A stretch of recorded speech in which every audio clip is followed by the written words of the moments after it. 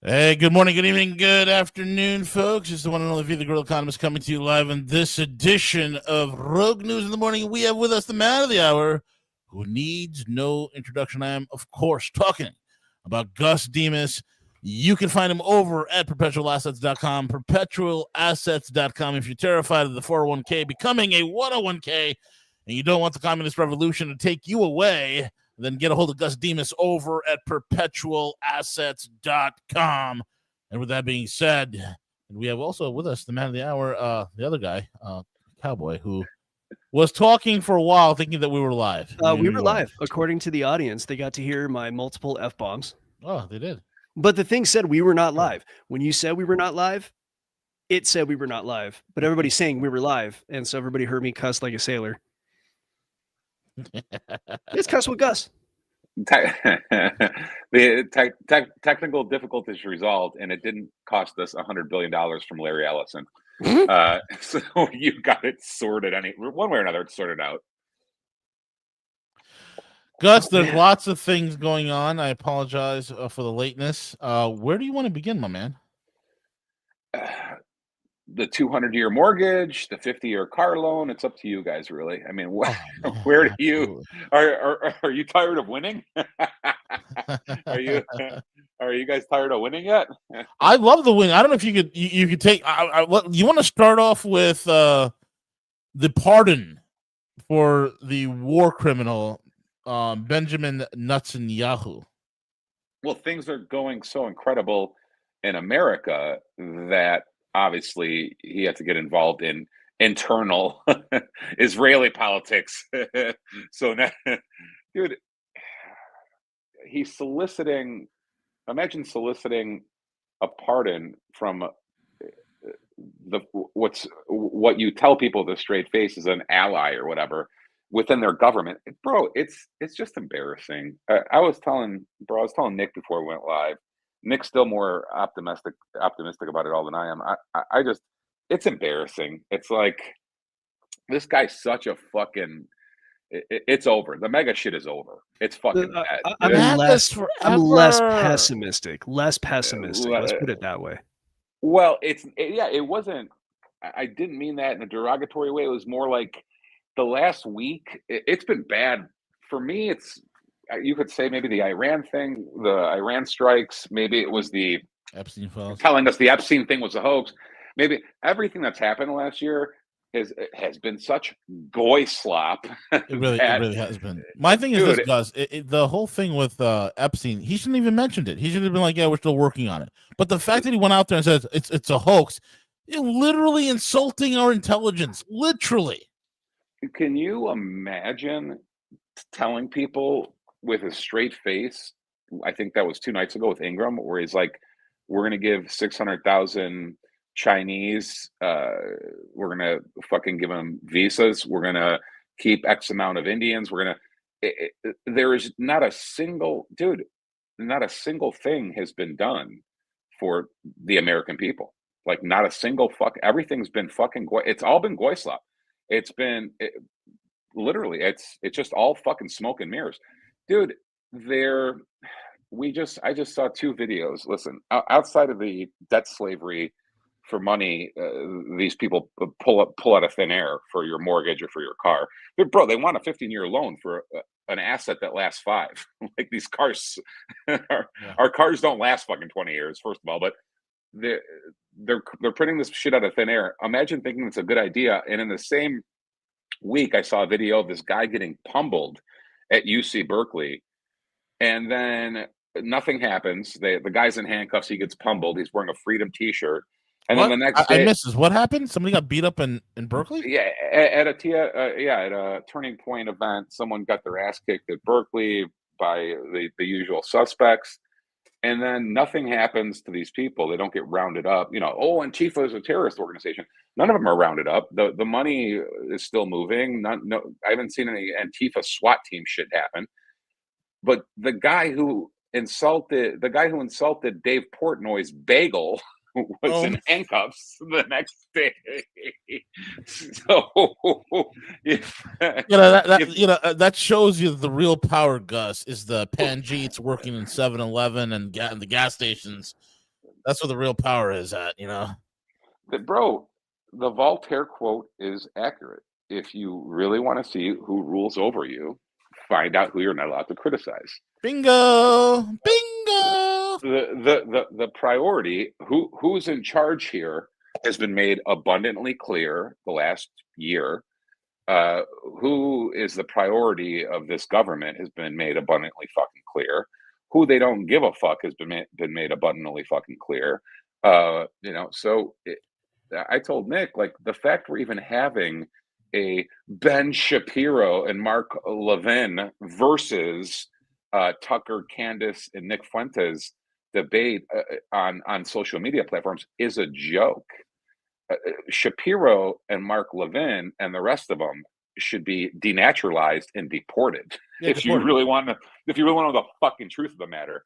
So if you really gave a fuck about this country, you would kick these people in the fucking ocean. Mark Levin says that we have to go through him. You got to go through me. You got to go through me. I know. I want you to ignore the fact, oy vey, we have free healthcare in Israel that you pay for, goy, while your veterans are smoking crack on the streets. Dude, this is a fucking joke. This is all a fucking joke. These people have extracted our fucking money, our taxes, our everything. They send it to their fucking their host nation, where they maybe all the pedophiles that run there bring it back in briefcases. I don't know. This is a fucking joke. Well, let's get the terminology right. The U.S. is the host. It's the other country that's the parasite. Well, there's as many of them there as there are here. And the majority of them are in New York. So New York is the host province. New York City is the host city. Then there's abundance of them in Florida and in California, obviously. But there's as many in the United States as there is in Israel. It's like the numbers are almost even.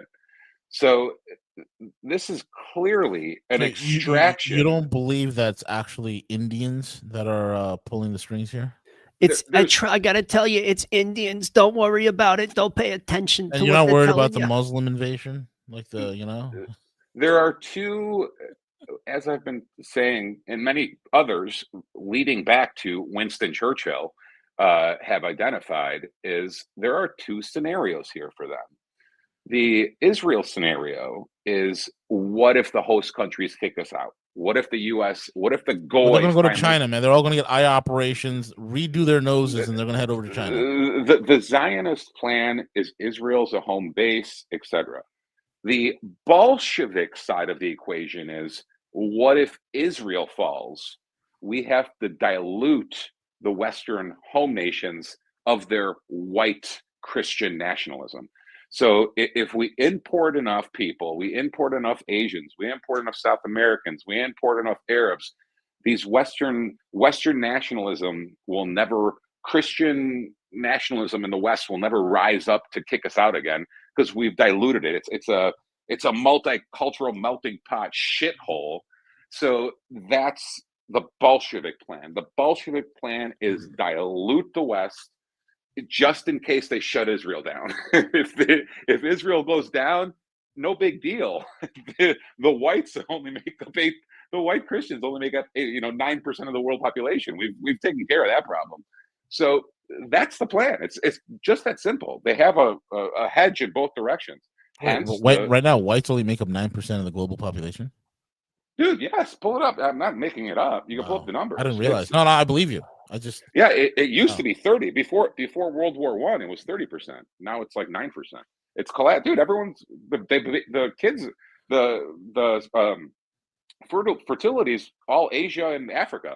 Yeah. So it's not the whites reproducing. The whites are. There's that movie Idiocracy where the two people with the high IQ are running the math, and they're like, we can't even afford this. Like, we can't. A kid? Are you crazy? Like, so yeah, it's. All the babies are coming out from dude, look at India. Pull up a chart of India's population in the last 50 years. The explosion is in Asia and Africa, not in the Europe or the US or Australia. So the plan is rather simple, and what they're fucking exploding about is the goy are starting to notice, and they're starting to talk about it publicly. So if you Fuentes had a great dialogue about this like 2 days ago. He goes, if you listen to the tone of Shapiro and Levin or whatever the fuck his name is, their tone is like that of, they're like, I can't believe I even have to explain this to you, Goy. Like, how do you?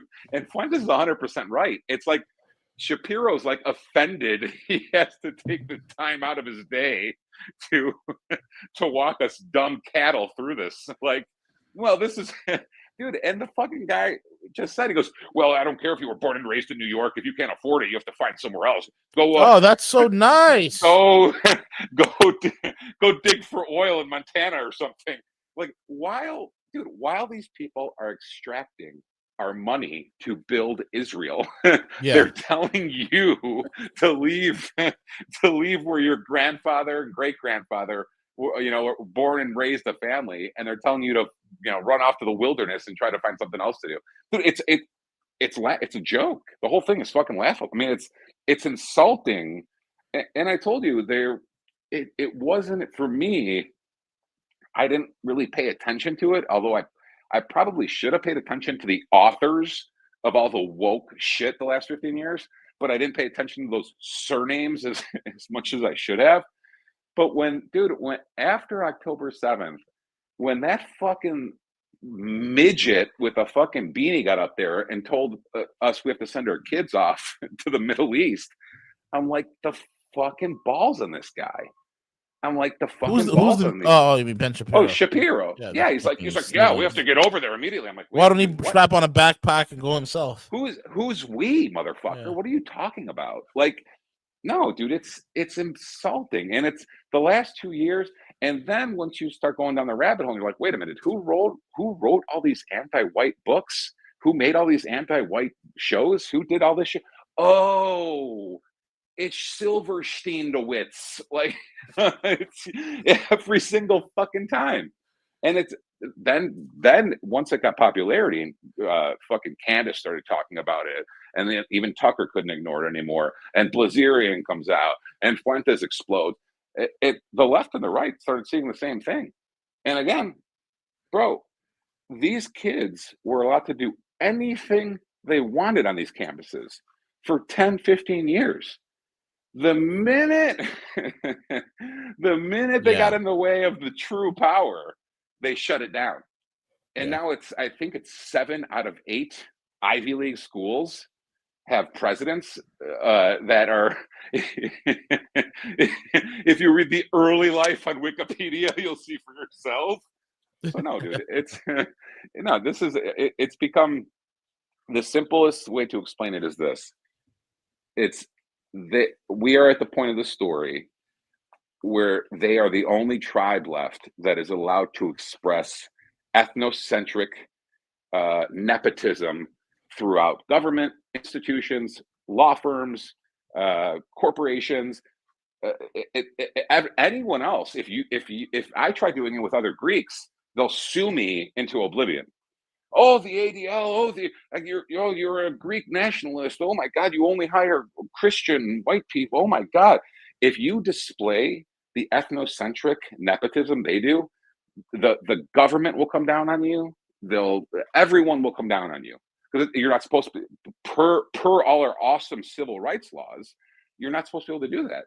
But they are allowed to do it ad nauseum. Like that's their whole model. Their whole model is give Barry Weiss $150 million for a YouTube channel that gets 200. We have more views than Barry Weiss. Bro, I told you that. Yeah. They gave her $150 million and put her in charge of CBS. And when you pull up the view history of what Larry Ellison bought, it's this YouTube channel. Like, is this fucking real? Like, this is a money laundering, ethnocentric nepotism. I mean, it's just blatant. It's fucking. And the first thing she does is stick Dave Portnoy on to cry that someone tried taking his bagel. Like, this is a fucking joke. This whole thing's a fucking joke. So, bro, come on. The country's been enslaved by 1 to 2% of the population, and we have to like still worry about these people's feelings. Like, but fuck Gus, you. there are those out there that believe it's actually Indians, not the people from the Levant. Right. It's Panjit over at the gas station. He's collaborating with Manjit over at 7-Eleven, and they have a deal with Darshit over at the hospital medical center. Hey, don't forget there Jagdish. is And and Jagmeesh. they have 1,000. They have 1,000 organizations. Yeah. That are the Zionist Council for blah blah blah. The Global Jewish Congress. The ADL. This. They have all these organizations. The minute any other group tries to put together an ethnocentric organization, the FBI sends in 50 undercover agents. They operate with total immunity. Yeah. No accountability, it's all out in the open. If you really take a step back, you're like, oh my God, maybe they are in charge. Like, holy shit. You're like, why hasn't, again, and maybe you listen to enough CIA agents who will openly, or even people have come out and said, no, the Mossad took over the fucking Pentagon after fucking 9/11 and shit. Like, it's like, oh, that's why. Everything starts to come together. And I know, Nick, before we went live, you were like, oh, they're just running on incentives. It's gotta be more than that. It's more than that. I think incentives are a big piece of it, though. I think what you're saying is power, also man. correct. Well, like I said, it's like if you offer someone, millions of dollars, they bend to your will, sure, but you get them on tape with a fucking 12-year-old, it's fucking game over. Like, it's you're doing what I say forever. Like, I think it's both. It's incentives will get you so far, but I think the incentives are one thing. I think threatening to take them away is another. When I take a step back, and this is all we've been doing for a decade now, is how do we come out of this thing? How does the country swim out of this fucking nightmare? I'm more and more convinced the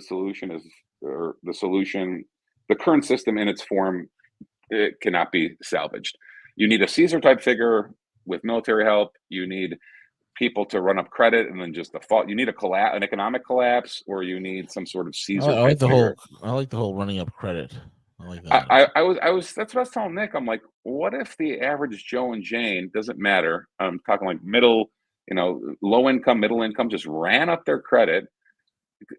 And obviously, I'm not talking about houses and cars, because the bank could seize that. I'm talking about running up the credit. You just go to fucking Coinbase or AppMex and just buy as many assets that the bank can't seize, and then everyone defaults one day and just says, "Oh yeah, we're not paying anyone back." Like, sorry. What about the reverse? It's just nobody ever uses credit again, because that's how they get their money. If you stop using credit, then you'd get a deflationary collapse. So exactly, that's what they hate. They can't have that. Yeah, they love hyperinflation. Yeah, they love inflation. It's gotta break one way or another. The way they're planning, if you really see, I think Japan, the Japan stock market just matched its 1990 high. The equity index in Japan took like 40 years to rebound to an even or something. Like, so that is what they want. Meaning, in a perfect scenario for the oligarchs, everything is linear. When something is too drastic, then they know the pitchforks might come out of the population. But when it's linear and you can't feel it, then, and maybe Nick, maybe you're right. Maybe that's why they will push for universal basic income. Like, if you give these fucking slaves just enough, like, and I know that this is an anecdotal example, V, but I sent you the Daniel Defense and the Beretta. Oh yeah. And then I talked to my two wealthiest friends. Both have told me in the last week that these private jet companies have been contacting them the last 2, 3, 4 weeks, offering them discounted rates on shit, like 30% off, 40% off of like whatever, Chicago to LA, Chicago to Miami, blah blah blah. Where these people, by 2-3 years ago, the private jet companies were like, fuck you, fuck. I mean, they had everyone by the balls. Now it's like they're slashing prices across everything. And the reason I sent you the Daniel Defense, for those who don't know, is like the Rolex or Mercedes of ARs. It's not Yeah. the bad. You could find something better like a Ferrari or a fucking Patek, but it's a fucking top tier AR. And I'm seeing Daniel Defenses discounted 30-40%. Like, so again, those aren't. That's wild.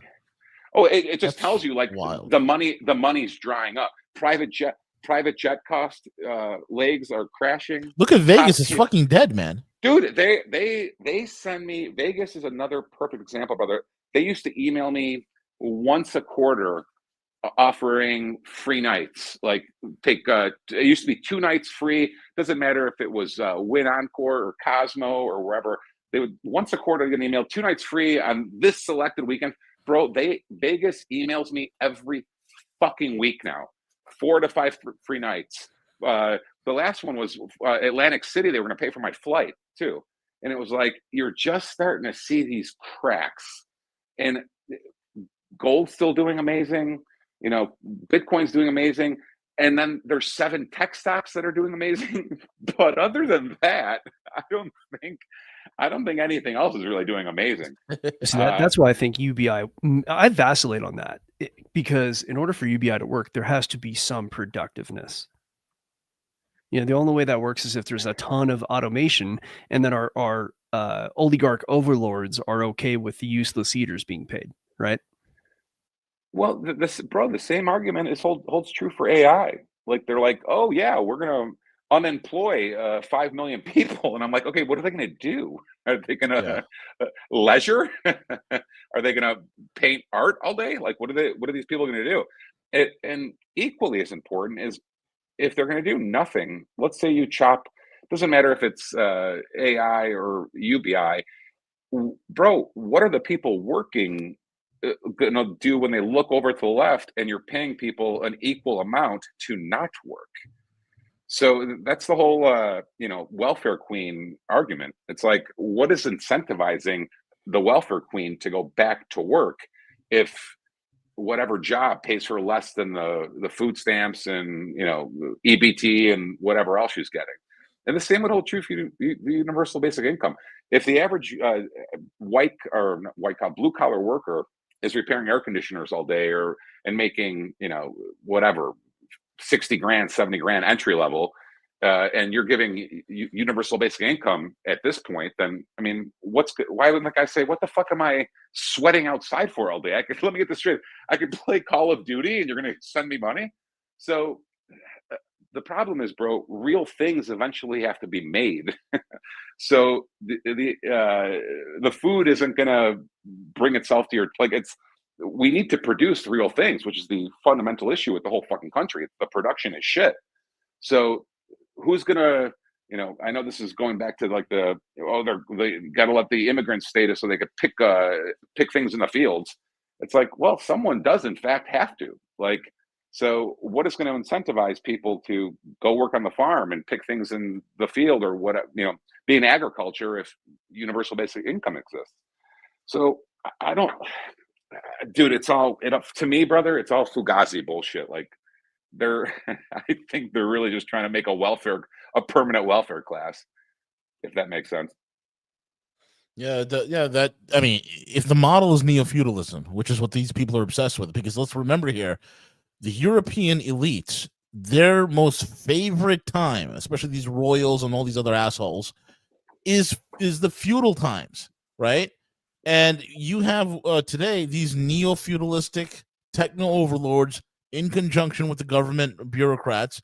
They would love nothing more than a neo-feudalistic future, Well, let me tell you something about Greece and Argentina that they have very much in common. That people who are even broke will spend, and this is not a dig on either country. I love both, and I've been to both numerous, etc. But there's no people with nothing.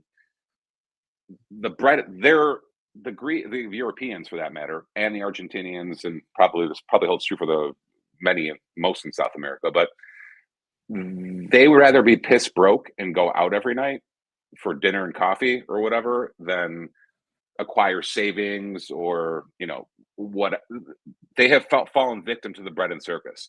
Sure. So a Greek with no net worth who gets assistance from the government would rather go to a cafe, watch the soccer game, have a couple coffees and a fucking souvlaki than actually try to change anything. He's content. They've accepted the reality of they're never going to economically move into a different class. They've almost admitted defeat, if that makes sense. Where when we were growing up, it was all about, economic mobility. Like if you work hard, you can become an engineer, you can become a doctor, you can become this, you can become that. No, in these places, like they've accepted at an early age, they like accepted their fate. Like I'm just a peasant. I'm scamming the government for whatever $1,000 a month, and I'm just gonna live and die as a peasant. I'm gonna have a beer, watch the game, and wake up tomorrow, and the whole thing fucking starts over. There's no economic mobility. There's no ambition. There's no nothing. And there's no anger because they have food. Correct, and they have distraction. Yes, they have their bread and they have the bread and circus. They watch the soccer game. They eat their fucking souvlaki, and in Argentina's case, it'd be whatever. But yeah, their empanada, and that's their life, and they've accepted it. There's no an interesting Doug Casey. I heard him, and he was 100% fucking right. He goes, in Argentina in 2001, when the first heist happened. The country wasn't used to it. Happened so, like we were just talking about, exponential versus linear. It happened so exponential. I think there was 4 presidents in 18 months. One of them had to escape with a helicopter off a roof, and I think that guy's son is like Shakira's ex-boyfriend or something. But anyway, I digress. Doug Casey said in 2001, when all that chaos broke, theirs were fucking riots, there were looting, there was just fucking chaos in the streets, meaning the population was so jerked by the confiscation of bank accounts, the safety deposit box, by the theft. The population was in fucking revolt. He goes, this last time in the 2020s, he goes, no one gave a fuck. Everyone was like, whatever. This, it was the younger generation. This was feudalism. Was all they know. Does that make sense? They had never tasted middle class, high salary. They'd never tasted a good life. So this feudalistic hyperinflation, they're like, yeah, no big deal. Let's just go. And I'm telling you, being in Buenos Aires for almost a month, dude, the restaurants were packed. These people have they're living paycheck to paycheck, death spiral, and and the fucking restaurant. These kids in their 20s, they're out there. Every last penny they have, they'll spend on a beer or a mate in their case, and some food. Like they don't. There's no fire anymore. The fire's been extinguished. So yeah, they can just stay home and play video games and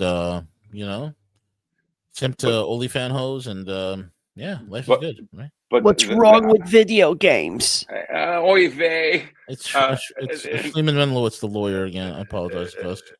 No, you're all right, Nick, and I think that plays into your thesis that as long as they got food, like in a roof, they're not going to revolt like that. Even in the U.S., I think the docility in which we saw the last 5 years is all these people. They still perceive themselves as being middle class or whatever, and they're not going to revolt no matter what takes place. Now, if the food and all that goes away, then that might be a different story. Yeah, agree on that one. Yeah. And the food is so unhealthy, it's slowly killing everybody anyway. More goislop. More goislop. the term goislop encapsulates everything from our propaganda to our political system to our economic system to our food. It's all goislop. When you turn on Netflix, you're watching goislop. When you go to the movie theater, you're watching goislop. Turn on CBS tonight, you're watching goislop. Go to McDonald's, you're eating goislop. Like 100%. It's not looking good. And I don't, bro. I have one I have one foot out the door as it pertains to just not participate. Like, it's like, okay, like, I mean, maybe the problem with Trump, I think, or my greatest grievance with Trump is that he unfortunately gave me a false sense of hope again. I thought, bro, I wish I wish he never came along, because I would have maintained my attitude towards the late Obama years, which was kind of the same. I was like, but he saved us from World War III, Gus. Bro, I still remember. V, you had an all-day show. The same power that brought him to heel with a gunshot to his head is the same power that what's keeping us out of World War III is the fact the Russians will beat our asses. The fact that they got hypersonics, the fact that their weaponry and their soldiers are so much more efficacious than ours. We're broke. We can't afford it. We can't fight them. You know, that's all of a sudden, right after the Chinese did their military parade, we all of a sudden, we're going back to focusing on the Western Hemisphere, and we pulled out. You know, it's believe me, if we could topple Russia and China tomorrow, we would, because this is how sick it is, right? If we could win. But we can't, and that's why we're refocusing on doing what we do best, which is right now putting the squeeze on our own population. We've been saying that forever. The same color revolutions that we were doing overseas, we're doing it here. Yeah, the same grift and graft overseas, we're doing it here. The infrastructure that's been put together is not for China, and it's not for Russia, and it's not for us. It's for 100%. Dude, 100%. Yesterday I broke the news. I was talking about the pastor for the Cleveland Children's Church was held by ICE. I was going to say ISIS, but ICE for 73 days, man. U.S. citizen. And I when this whole thing with ICE started, when they were like, you know, with the National Guard, I'm like, this is a beta test. This is not for immigrants. This is for us. He's putting fentanyl in the wine. He's putting the fentanyl. Pastors, shut up, cowboy. Just shut up.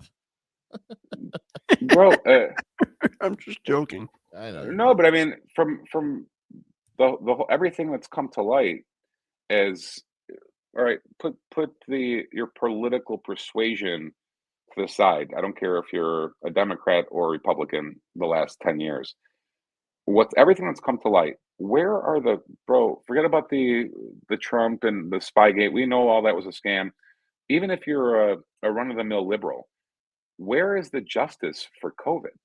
Where is our pound of flesh? Where's the population's pound of flesh? Well, we have to make sure Anthony Weiner, what's his name? Anthony Fauci. Yeah, he gets his pound of flesh. He's got to make his money off of the royalties, guys. Come on. Bro, everything that's come to light, like Tucker just did something like, oh yeah, the chemtrails are real too. Oh, yeah. They admitted 3 months ago. Oh yeah, fluoride in the water is actually bad. Oh, they admit, oh yeah, COVID, that was our thing. Dude, where are the SWAT? Where is the justice? Where is that? Nothing. They're gonna get away with it all. Nothing. This has nothing to do. I could be talking to someone, and I don't want to pick on the New York guy, but I could be talking to one of his voters, and I'd be like, dude, where's the arrest for? Why aren't Cuomo's running for mayor? Cuomo should be in jail, like for COVID. Like, where's the arrest? And there are Republicans who aren't much better. Like, so where's the accountability? There is none. The whole thing is a fucking and Viva. Mine and your tone in 2016, bro, like the third time me and you ever spoke on air was your 2016 election party. Like, we've been at it that long, and we were all your guests that day, myself included, and you, we were I think even CJ was optimistic at the time. But we had a sense of like, oh my God, like, you know, it was it was hopeful and celebratory. And my greatest resentment of Trump is from giving us that false sense of hope. He got us to ignore the reality of the situation for 8 years, and focus on this soap opera between him and the deep state and all this bullshit. And that's all everyone was focused on. And it was like a Houdini trick where, you're going to look over here while we're doing this over there. Yeah. That's exactly what happened. We were still reeling from COVID, but by the time my orcas started putting people up at hotels in Manhattan that they shipped in, we were all still like, mad about COVID. So they're always like, working on the next scam, and it is what it is. I don't know where we go from here. When he sits up there and tells you this just happened 2 days ago, he's like, yeah, we got to bring in 1 million more Indians. Like, what? What the fuck's going on here? Like, well, say that again. Like, you remember that clip that I sent you and CJ yesterday about the ballroom in the White House? It all makes sense. Yes. I'm gonna play that for the audience, man. But go ahead, keep talking, Gus. No, I don't know where we go from here.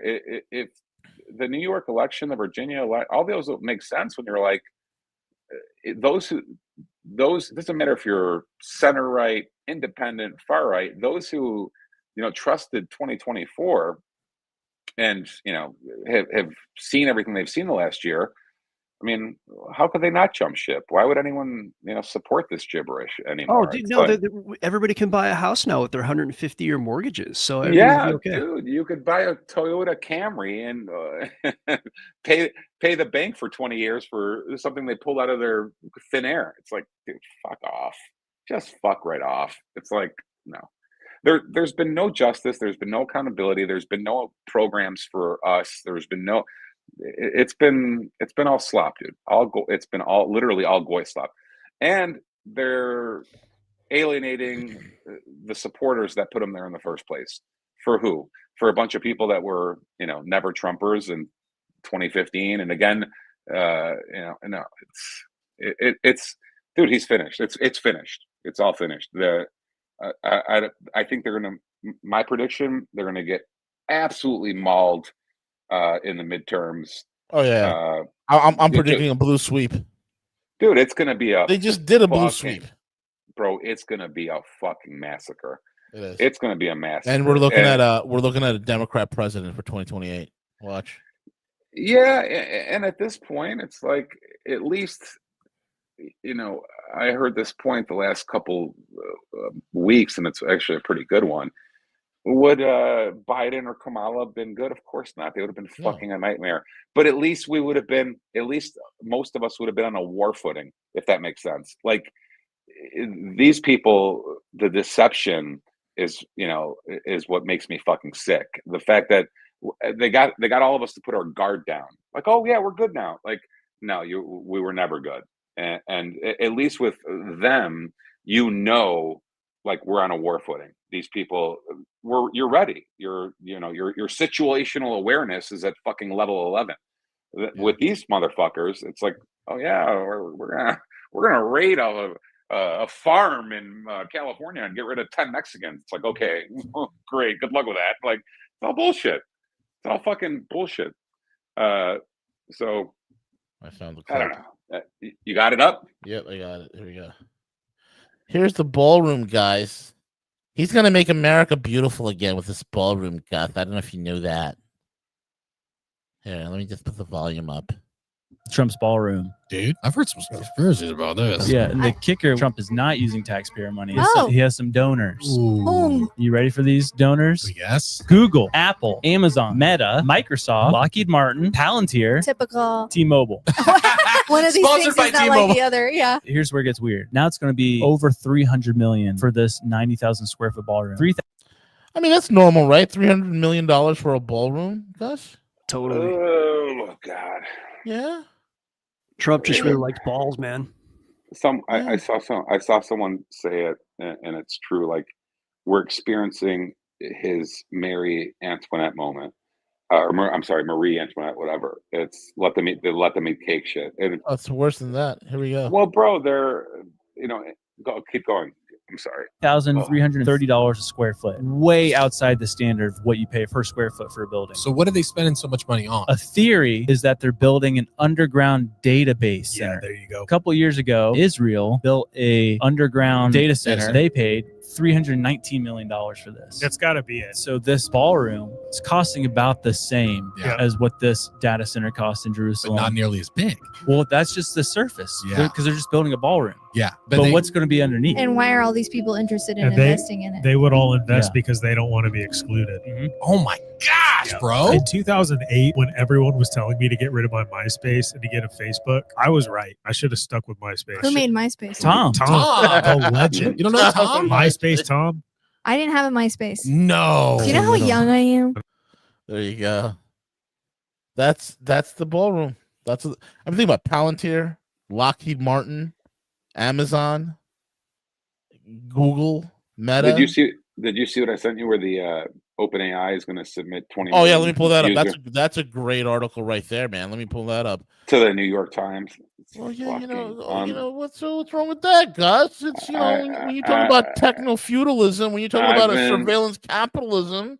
I've been telling everyone in my life, especially children, that for going on 15 years, never type anything you don't want being read out loud at court, or on the cover of the Wall Street Journal or whatever. And tell me the conversations people have been having with OpenAI, what they've been asking it. Like, so, and another one was someone was trying to get like information how to build a bomb or something on OpenAI, and OpenAI immediately flagged it and sent it to the FBI. So it's just it's more, dude, it's just like the early days. It's more surveillance. The Chinese were right. The Chinese were absolutely right. When Americans were jerking off to this whole AI bullshit, which is marketing, the Chinese were like, there's nothing to this. The Chinese were actual real engineers and real scientists that blow the grifters that we have out of the water. They're like, this is just going to be used for surveillance. That's exactly what the fuck they said in 2010. In 2010. I told you jokingly a couple weeks ago, I'm like, it appears to be nothing more than a search engine with a woman's voice. But that's worth $300 trillion. That claims it's worth $700 trillion. We took Google results and we put a woman's voice on them. Enjoy. Like, wow. It's worth 100. You don't think it's worth $100 trillion, Gus? But it's Gus. What do you mean? The woman's voice displays sarcasm once in a while. Wow, yeah. Incredible! I have one that sounds like Shanique when she disses me all the time, insults me. That's got to be worth an extra $50 trillion easily, dude. We said it for a long time, and it's so fucking true. Nothing but dick pic apps, bro. This is all fucking. What a fucking country.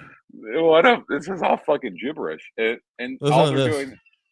So in November 7th order revealed today that New York Magistrate Judge Ona T. Wang, is that a real name? Ona T. Wang? On the Wang. Ona T. Wang. That's just my stage name. The real name is something else, like Shlomo. Ona T. Wang said producing the logs in whole is appropriate, granting the plaintiff's motion to compel production. The newspapers had demanded the user logs to inspect how ChatGPT is used to create outputs they say infringe their copyrighted works. OpenAI pushed back, citing privacy concerns. Wang, however, did not find their argument compelling in explaining how consumers' privacy rights were at risk, given that there's a protective order in place and identifying information that will be removed from the logs. OpenAI has until November 14th to hand over the data. Of course they are. OpenAI contested the wholesale production of 20 million user logs and asked to narrow the sample, saying in October 30th briefing that the ask was inappropriate and would disclose private user conversations that had nothing to do with the copyright issues in the case. Oh, this is wonderful. No, they're well, there's going to be an erotic component to this, aren't you? That's going to be a good thing for all of us. That, right, dude, wasn't that fucking amazing when he was like, what do you know? He reverts right back to gay porn. Yeah. Dude, I don't even know if you guys have probably discussed it in other shows. They're already asking for bailout money. Like, oh yeah. We need a government bailout. No. He says, I don't need a bailout. We just need subsidy. Totally different. fucking we need 200 trillion in subsidies. Yeah. If we're going to eliminate 50 million U.S. jobs, we need the government to back it up, dude. It's all a fucking joke. I don't know. Oh God. Well, in the words of LL Cool J, don't call it a bailout. We've been broke for years. What? And again, what is there, bro? It's just one thing after another. It's never ending. At least, again, the previous administration were like, okay, they're doing this, they're doing that. Now it's just like, we got off our fucking heels and we're like, we are arresting this guy's. What a fucking nightmare. I'm telling you guys, I've been saying it for a long time. Like, we need a fucking dictator in this country just to start seizing assets. With if the only solution is a dictator with military backup to just start fucking grabbing shit. Like, okay, great, nice, we appreciate it. Guess what? We're seizing all of Palantir's shit. We're seizing all Altman's fucking intellectual property. We're seizing, like, that's the only fucking way to put an end to this. Dude, if this can, there's no, when these people could inflate net worths by 100 billion, 200 billion, I'm promise. You guys have seen the chart, right? Where, OpenAI sends it to here, NVIDIA sends it to Ellison sends it here. Yeah, it's like they figured out like a glitch on how to just, and we're not talking about peanuts here. It's all like promissory notes for like, oh yeah, another 50 billion. Oh yeah, here's 200 billion. Like, where is this money, by the way? Like, does this even exist, or is this just like we'll get it to you one day based on 600x earnings? Dude, even JP Morgan called them out for bullshit. Like, this is all bullshit. This thing's a Sofa Bank sold its stake in it. Like, it's over. I don't know. Burry might be too early. Maybe they pump this thing up for another 3 months, 6 months or something. But like I told you, bro, I'm seeing cracks already. I'm seeing, I know private jet travel is one thing. If you go to Jamba Shop, I'm starting to see cracks there, and like, maybe not paddocks, but other shit. Daniel, I'm just seeing cracks in expensive things in that usually aren't there. Like I said, maybe we said, like, we could pull up the prices of some older Aston Martins, like, totally fucking decreased in value. I mean, and maybe that's usual of that brand or Maserati, but it's kind of just another example. Like, luxury items that aren't necessities are starting to go down. Like, so maybe I'm fucking wrong. Maybe I'm too black pilled or pessimistic or whatever. But no, not looking good, boys and girls. Not looking good, bruv. It's not looking good. How much boomer money is tied up in fucking the Magnificent Seven and housing? Yeah, it's all Mag 7 and housing. If there's a crash in the Mag 7, fuck, playtime's over. It's and the Mag 7 is built on a house of cards, man. The whole thing is a house of cards, bro. It's all fake. The Mag 7 and housing is the only thing holding up boomer wealth right now. Like, the net worth of the country is tied up to boomers, and boomers are all vested in Mag 7 and fucking real estate. If those two go, it's fucking over. It's either debt deflation, depression, or it's further hyperinflation. If you think gold and Bitcoin are hot now, just wait. If they're like, oh no, we got to save Palantir, print $1 trillion. Like, yeah, it's fucking really over. So yeah, prepare accordingly, gentlemen.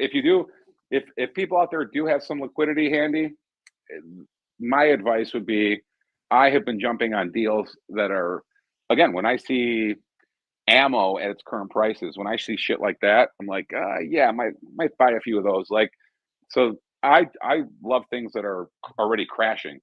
We talked about, like, some of the cars, some of the watches. If I see a fucking $20,000 watch going for fucking 8 G's, that might be something that tempts me. And again, that's just one example, but look for value. If things start crashing, I don't give a fuck what Microsoft and NVIDIA are worth. Like, Look for things that have already crashed. If they crash, But aren't you like enthralled with Apple's artificial intelligence strategy and how that'll better all of humanity? Yeah, feed if you put an English woman's voice on it, I might, it might 200x earnings or whatever. Yeah. Bro, it's all bullshit. And eventually, I've met with builders in Florida the last 2 months just to get a sense of how big their balls are, and they're still kind of big. In Florida, real estate has been hit harder than anything the last 6 months. So, I mean, anything on land, because Florida went so crazy during the COVID years that it's just coming back to Jesus a little bit. But the builders still kind of have big balls. Like, they haven't been like, so if there comes a time where I could take one of the builders and bend them the fuck over, then I will. But they're not there yet. Like, and they'll get there. They're not there yet. Yeah. The real estate thing is no greater asset is tied to interest rates than real estate. So if they bring rates back down, then maybe it'll shoot back up. But I don't see it. Dude, 50 year fucking mortgage, 50 fucking years. From the time you are 30 to the day you fucking die, you're paying the fucking bank money for something they created out of fucking thin air. Like, it's amazing. It's Wild, dude, it's man. bro, it's criminal. feudalism. It's feudalism. It's It is. That's it. That's perpetual debt slavery. It's fucking incredible. It's the sickest thing in the world. You buy a $300,000 house after all the interest rates, and if you even get a chance to pay it off, it's $700,000 by the time you're done. It's fucking nuts. Oh, you're gonna save $120 a month, Yeah, but you get to pay. refinance. You get to pay another $800,000 in interest. Oh, Yeah. that's amazing. Yeah. Fucking joke. It's all gross. Anyway, my Well, daughter what is did going. you said it that the mustache painter did something that was one of the first things he did that fixed the economy over there? You can't talk about that. You cannot talk about the painter from You cannot talk- Austria. You cannot talk about the painter who shut down the central banks and who made Nathan Rothschild scrub bathroom floors. You cannot talk about the painter who would knock off debt people had based on how many kids they had. So if the German evil. Or simply just stopped any lending and borrowing, I believe. Yeah. Dude, Exactly. Got rid of usury. I'm telling you, the popularity surge of the painter the last 2 years is what frightens them most. Yeah. That's It's scary as hell, man. Because if you go back and read the protocols of Zion from 1903, they were all circle jerking each other because they realized all the monarchies had fallen, and they said only monarchies could stop our dominance, meaning only a dictator with the power of a king could chop their balls off. So you're they thought. suggesting? I'm sorry. No, that's why getting rid of the Tsar was such a priority for them. We got to get rid of the Tsar. We got to get rid of because he was still chopping balls off, and he was like the only one left standing. Like they had already sacked France and England, but the Tsar was still chopping balls off. So why am I bringing that up? Because it wasn't until they saw the painter come along when they're like, wait a minute, they could still mobilize against us. So the hatred of the painter is not an accident. It took that headline still makes me laugh. It took like 4 days after the election in 1933 for them to issue a fucking worldwide boycott. Like, so this is 6 years before Poland. Like they get it. The painter gets in there and they issue a worldwide boycott of the painter in 1933. Fucking fascinating. They knew. The painter had them figured out. Oh, look at this. Look at this racist painter. Look at the types of people that are fighting for this racist painter. Look at this. It's terrible. There was dude, he made an agreement with them in 33 to help them. And dude, Netanyahu recently admitted it. Netanyahu said he wasn't trying to exterminate us. He was trying to expel us. He was trying to expel us to Israel. Like he reached an agreement for them to go. He was going to help finance them and get them the fuck out. Like, go. So it was an expulsion attempt. and you know, he was willing to help it happen. But it wasn't until they started lining up the Western countries against them. It's like, anyway, different. That's a full episode in it by itself. Yeah, well done. And with that being said, folks, we're at the end of the show. He is Gus Demos. You can find him over at perpetualassets.com. Perpetualassets.com. Don't let the 401k become a 101k. Grab your retirement life by the balls. With that being said, Cowboy, take it away.